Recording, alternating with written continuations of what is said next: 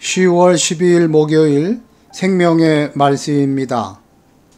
오늘 본문은 사도행전 15장 30절에서 41절까지의 말씀입니다.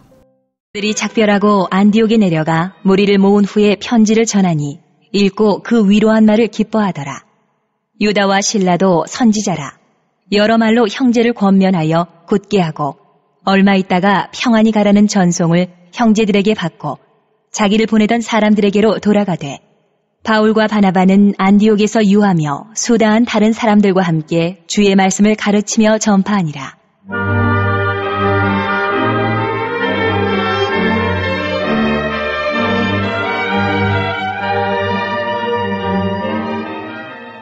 며칠 후에 바울이 바나바더러 말하되 우리가 주의 말씀을 전한 각성으로 다시 가서 형제들이 어떠한가 방문하자 하고 바나바는 마가라 하는 요한도 데리고 가고자 하나 바울은 밤빌리아에서 자기들을 떠나 함께 일하러 가지 아니한 자를 데리고 가는 것이 옳지 않다 하여 서로 심히 다투어 피차 갈라서니 바나바는 마가를 데리고 배 타고 구브로로 가고 바울은 실라를 택한 후에 형제들에게 주의 은혜의 부탁함을 받고 떠나 수리아와 길리기아로 다니며 교회들을 견고하게 하니라.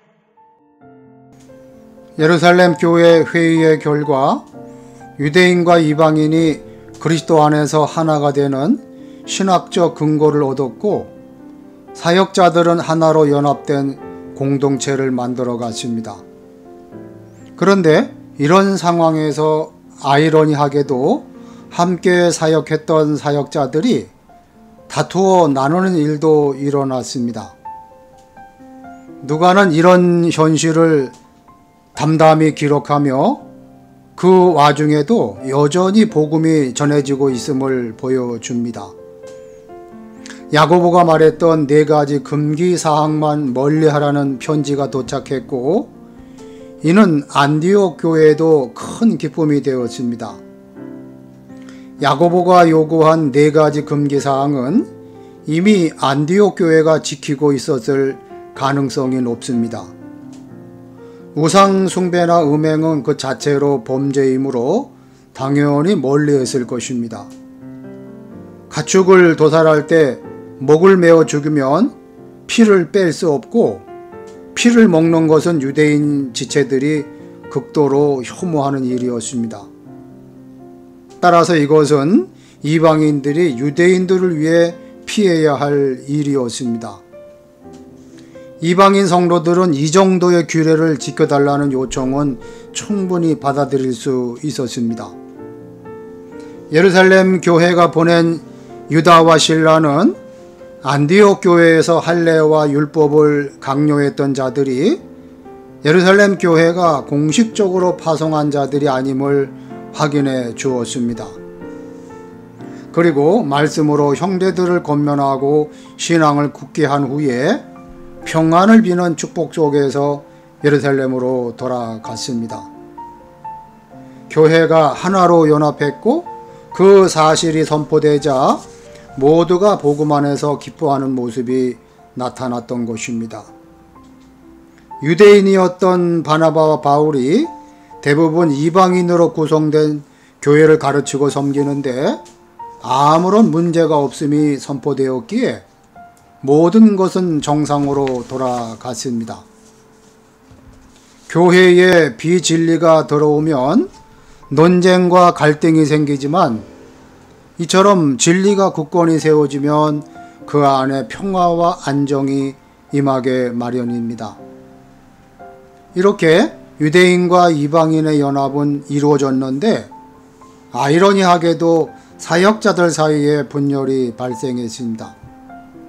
근데 분열의 원인을 보면 복음에 열정이 없거나 교회를 사랑하지 않아서가 아닙니다.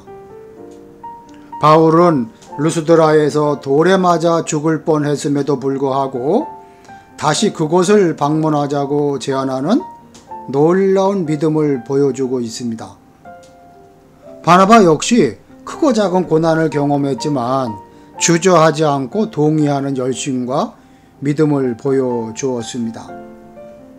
하지만 1차 전도 여행 때 밤빌리아에서 팀을 이탈한 마가 요한을 다시 데려가느냐 아니냐의 문제 때문에 바나바와 바울은 크게 다퉜고 결국 갈라서게 되었습니다. 유대인과 이방인의 깊은 갈등을 해결한 사역자들이 왜 이런 문제로 갈라섰는지 의문이 생길 수밖에 없습니다. 누가도 이들의 행동에 대해 별다른 변호를 하지 않는 것을 보아 인간적 잘못으로 인정하고 있습니다.